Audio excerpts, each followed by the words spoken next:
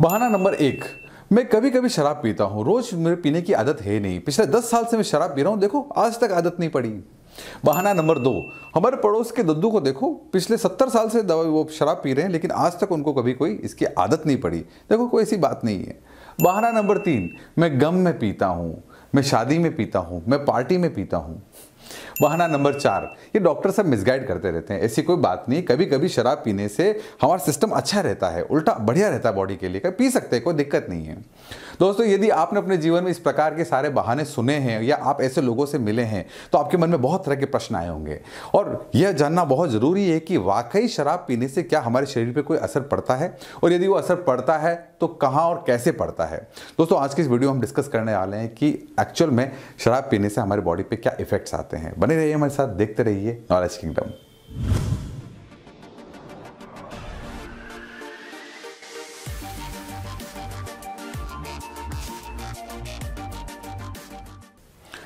दोस्तों, शराब के असर जानने से पहले हमें यह समझना होगा कि शराब पीने के बाद बॉडी में क्या क्या चेंजेस आते हैं। यदि इन चेंजेस की हम बात करें तो सबसे पहले जब कोई व्यक्ति को शराब पीता है तो वह हमारे मुंह से होते हुए हमारे ईसोफेगस से होती हुई हमारे स्टमक में आती है, यानी कि हमारे पेट में आती है। और इस चीज़ को समझने के लिए हम अच्छे से यहाँ पर देखते हैं, ये वो जो जगह है जहाँ से हमारे पास ये शराब आई और यहाँ आने के बाद ये हमारा स्टमक है। यहाँ आने के बाद ये जो इसके आसपास की जो दीवारें हैं स्टमक की, यहाँ पे 20% अल्कोहल एब्जॉर्ब कर लिया जाता है, सोख लिया जाता है। और यदि ये एम्प्टी स्टमक है, खाना नहीं खाया हुआ है, तो ये एब्जॉर्प्शन और ज़्यादा होता है। यहाँ से सोखने के बाद ये सारा जो भी अल्कोहल है ये हमारे खून में मिल जाता है, ब्लड स्ट्रीम में मिल जाता है और यहाँ से पूरी बॉडी में जाना शुरू होता है। तो यहाँ पे ये इस बात पर डिपेंड करा कि आपने खाना खाया हुआ है या नहीं। अगर एम्प्टी स्टमक है तो यहाँ पे 20% अल्कोहल यहाँ एब्जॉर्ब कर लिया जाएगा और इसके बाद ये सारा जितना भी अल्कोहल है वो यहाँ से आगे होता हुआ फिर हमारा जाता है इंटेस्टाइन के अंदर। तो ये दो प्रोसेस हैं, यहाँ आप समझ सकते हैं कि 20% जो अल्कोहल यहाँ पे एब्जॉर्ब कर लिया गया। इसके बाद क्या होता है, अब एब्जॉर्ब करने के बाद जो अल्कोहल ब्लड में मिल चुका है वह होता वहाँ जाता है सीधा लीवर पे। लीवर हमारी बॉडी का बहुत इंपॉर्टेंट ऑर्गन है। लीवर अल्कोहल के मेटाबॉलिज्म के लिए जिम्मेदार है, इसे पचाने के लिए जिम्मेदार है। चाहे आप जितनी भी शराब पी रहे हैं उसे पचाना और उसे बॉडी से वापस बाहर निकालना बहुत ज़रूरी है, क्योंकि वो पॉइजनस जहरीली हो जाती है। तो अब ये जो लीवर वाला पार्ट है, अल्कोहल हमारी बॉडी में गया और यहाँ पर एक एंजाइम होता है जिसको हम अल्कोहल डिहाइड्रोजिनेज कहते हैं, एडीएच के नाम से इसे कहता है। इसकी प्रेजेंस में यहाँ पे बनता है एसिटाल्डिहाइड। एसिटाल्डिहाइड जो होता है वो हमारे लिए बहुत नुकसानदायक होता है, पॉइजनस होता है और इससे कैंसर भी हो सकता है। अब अल्कोहल जो एसिटाल्डिहाइड बन चुका है और जो फाइनली आगे जाके लीवर सिरोसिस कर सकता है, लीवर को बिल्कुल इन्फ्लेम कर देता है, सूजन आ जाती है। और लीवर एक ऐसा पार्ट है हमारी बॉडी का जिसका कोई इलाज नहीं है, जो डैमेज हो चुका है वो हो चुका है, इसमें वापस कोई गुंजाइश, इसका सिर्फ ट्रांसप्लांट हो सकता है और कुछ भी इसमें मेडिकल ट्रीटमेंट नहीं किया जा सकता। तो आप समझ सकते हैं अल्कोहल से एसिटाल्डिहाइड बनना और उसके बाद में लीवर सिरोसिस एक गंभीर बीमारी हो सकती है। इसके अलावा अगर हम आगे बात करें तो यदि आप अल्कोहल पीते रहते हैं तो साथ में बनता है फैटी एसिड, जो हमारी बॉडी के लिए यहाँ काफ़ी हद तक तो हम इसको मैनेज कर सकते हैं, लेकिन यदि इसका लेवल बढ़ जाए तो बनता है फैटी लीवर। आप देख सकते हैं एक नॉर्मल जो लीवर है वो इस तरीके का है, लेकिन जब लगातार जो शराब पीते हैं उन शराबियों को जो लीवर है, यदि हम उसकी इमेज को देखें तो ये जो लीवर है वो इस तरीके से इन्फ्लेम हो जाता है, सूज जाता है और इसे हेपेटाइटिस कह सकते हैं, फैटी लीवर कहते हैं। आप सारे शराबियों को देखिए जो 10 साल 5 साल से शराब पी रहे हैं, आप उनका एग्जामिनेशन करा के देख लीजिए, उन्हें फैटी लीवर की समस्या मिलेगी, उनको पाचन से रिलेटेड सारी समस्याएं आपको देखने को मिलेगी। इसके अलावा अगर हम बात करें कि और क्या चीज़ होती है तो आप देखें यहाँ इस जगह पर जब शराब पी जाती है तो जैसा कि मैंने आपको बताया कि मोस्ट ऑफ शराब जो है इंटेस्टाइन में और आपके जो स्टमक जो पेट से यहाँ पे एब्जॉर्ब कर ली जाती है, सोख ली जाती है। सोखने के बाद वो ब्लड में मिल जाती है, ब्लड से होती हुई जाती है हमारे हार्ट में।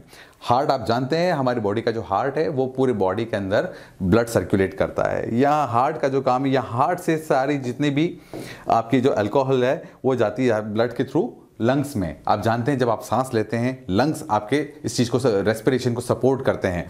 तो जब आप सांस लेते हैं तो आपकी सांस में वो बदबू आनी शुरू होती है। जब भी आप किसी से बात करते हैं तो आपकी सांस में भी बैड स्मेल आनी शुरू हो जाती है। इसके अलावा जब ये ब्लड, अल्कोहल वाला ब्लड आपके ब्रेन तक पहुंचता है तो यहाँ पर कॉन्शियसनेस पूरी प्रभावित होती है। आप पूरी तरीके से आप उस होश में नहीं होते हैं कि आप पूरा कंट्रोल कर सके, चाहे कोई कितना भी कहे। कोई बहुत सारे लोगों का ये एक्सक्यूज होता है कि यार मैं कितनी भी शराब पी लूँ, 5 पेग लगा लूँ, 2 पेग लगा लूँ, लेकिन मैं बड़ा नॉर्मल रहता हूँ। लेकिन वैज्ञानिक रूप से ये बात को सच है कि आपका कॉन्शियस लेवल वैसा नहीं होता जैसा कि आप नॉर्मल होते हैं, क्योंकि शराब जो है आपके ब्रेन तक पहुंच चुकी है और यहां से आपकी कॉन्शियसनेस पूरी तरीके से प्रभावित होना शुरू हो गई है। आप चीज़ों में कुछ फ्रैक्शन ऑफ सेकंड्स में आपको चीज़ें धीरे धीरे स्लो नजर आएगी। इसीलिए कहा जाता है कि आप ड्राइव ना करें, don't drink and don't drive, इसी वजह से यहां पर कहा जाता है। इसके अलावा यदि हम बात करें तो एक और बहुत महत्वपूर्ण फंक्शन है हमारे यहाँ पे किडनीज का। किडनीज हमारी बॉडी में जो इम्प्योरिटीज़ होती हैं, जो जितने भी जो गंदगी होती है, उनको साफ करके बॉडी से निकालने का काम करती है। यहाँ पे एक हार्मोन होता है anti diuretic hormone. Anti diuretic hormone का काम होता है हमारी बॉडी के अंदर की जरूरत से ज़्यादा जो पानी किडनीज बाहर निकाल रही हैं यूरिन के फॉर्म में, वो उसे रोकना। इसीलिए इसका नाम एंटी डायूरेटिक है, ताकि ज़्यादा से ज़्यादा पानी का फ्लो शरीर से बाहर कम जाए। लेकिन जब अल्कोहल पिया जाता है, शराब पी जाती है, तो यहाँ पे इसका लेवल डाउन हो जाता है।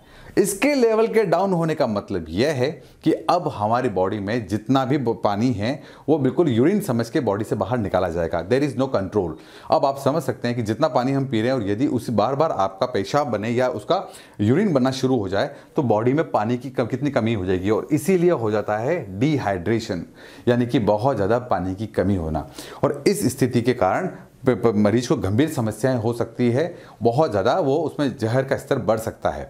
तो ये सारी चीज़ें समझने के बाद आप समझ सकते हैं कि बहुत ज़्यादा स्थिति खराब हो सकती है।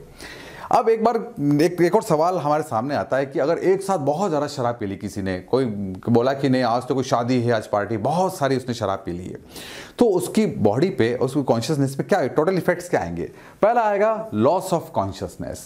वो अपनी कॉन्शियसनेस खो देगा, वो होश में नहीं रहेगा, उसको ये पता नहीं कि कहाँ पर है। आपने बहुत से शराबियों को इधर उधर गंदगी में पड़े हुए देखा होगा, तो ये लॉस ऑफ कॉन्शियसनेस है। दूसरा है अल्कोहल पॉइजनिंग।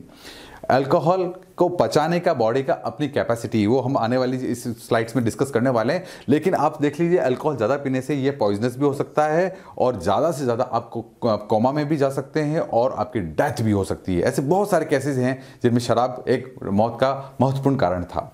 अगर अब हम आगे बढ़ें, अब एक प्रश्न आता है कि लीवर 1 घंटे में कितनी शराब पचा सकता है? बहुत महत्वपूर्ण सवाल है कि यार एक लीवर 1 घंटे में कितनी शराब पचा सकता है। अगर हम देखें तो 1 घंटे में 1 यूनिट अल्कोहल लीवर पचा सकता है। अब 1 घंटे में 1 यूनिट अल्कोहल का मतलब क्या है यदि हम बात करें तो यहाँ 1 यूनिट अल्कोहल को एक्सप्लेन किया गया है कि 10 ml ऑफ प्योर अल्कोहल। अब 1 यूनिट को कैसे एक्सप्लेन किया जा सकता है? 10 ml ऑफ प्योर अल्कोहल को हम कहते हैं कि यहाँ पे 1 यूनिट। अब इस चीज़ को कैसे समझ सकते हैं कि यदि स्पिरिट, जो मेडिकल स्पिरिट होती है, उसमें हम 95% अल्कोहल होता है। यदि हम वाइन पीने वाले लोग हैं तो अगर एक 175 ml का वो पैक बनाते हैं तो उनमें 1 यूनिट अल्कोहल होता है। यदि कोई 250 ml बियर पी लेता है तो उसमें 1 यूनिट अल्कोहल होता है। यदि कोई 25 से 30 ml हार्ड लिकर पीता है, चाहे वो विस्की हो, रम हो, वोडका हो, तो 1 यूनिट कंप्लीट हो जाता है। याद रखिए 1 घंटे में 1 यूनिट ही लीवर पचा सकता है, इससे ज़्यादा नहीं। और इससे ज़्यादा अगर वो लीवर पे आपने बोझ डाला तो वह जहर बन रहा है बॉडी के लिए। आप समझ सकते हैं स्थिति बड़ी खराब है। अब शराब पीने की सेफ लिमिट क्या है? अगर सेफ लिमिट की बात करें, पहली बात तो शराब पीनी चाहिए ही नहीं, आप अच्छे से समझ चुके हैं। फिर भी यदि कोई आदतन व्यक्ति है आपके आस पड़ोस में या आपके नोन, और ये उससे पूछते कि what is the safe limit of having liquor, तो आप समझ सकते हैं कि आप जो लिमिट है वो कितनी होनी चाहिए। इसमें है 12 से 14 यूनिट पर वीक। आप एक सप्ताह में 12 से 14 यूनिट से ज़्यादा शराब ना पिए, आप उन्हें समझाएं। दूसरी चीज़ 2 to 5 यूनिट पर डे। आप एक दिन में अगर आपको किसी को शराब पीनी है तो या तो वो 2 यूनिट या 4-5 यूनिट तक वो पी सकता है, इससे ज़्यादा शराब एक दिन में नहीं पीनी है। यहाँ पे 12 to 14 यूनिट का मतलब ये नहीं कि आप एक ही दिन में आप पी लें। यहाँ पे वीक का मतलब है कि आप उस अंतराल को मेंटेन करते हुए फिर पिए। नेक्स्ट अगर हम बात करें 1 यूनिट 1 घंटे में, 1 घंटे में 1 यूनिट से ज़्यादा आपको नहीं पड़ना। यदि आपने स्पीड बढ़ा दी है तो आपके लीवर पे एक्स्ट्रा बोझ पड़ेगा जिसका नुकसान आपको फेस करना पड़ेगा। इसके अलावा gap of 2 to 3 days between 2 alcohol session. यदि आज शराब पी है तो कम से कम 2 या 3 दिन बाद वापस आप शराब ले सकते हैं। लगातार शराब पीना आपके लीवर के लिए ठीक नहीं है। लीवर की इतनी कैपेसिटी नहीं है भाई कि वो लगातार आपके इस बोझ को सहता जाए। तो लीवर की जो पचाने की कैपेसिटी है आप उसे पहचानें और उसके अनुसार अपने शरीर को ट्रीट करें, तो ही आपके लिए ठीक रहेगा। दोस्तों, यदि वीडियो आपको पसंद आया है तो इस चैनल नॉलेज किंगडम को शेयर करना ना भूलें, लाइक करना ना भूलें, सब्सक्राइब करना ना भूलें और साथ में आने वाले इस बेल आइकन को प्रेस करना ना भूलें, ताकि आपको हमारे आने वाले और भी रोचक नोटिफिकेशन के मैसेज अपने मोबाइल पर मैसेज के रूप में मिलते रहें और आप इसी तरीके से हमसे जुड़े रहें। Thank you so much. Thanks for watching this video. Thank you.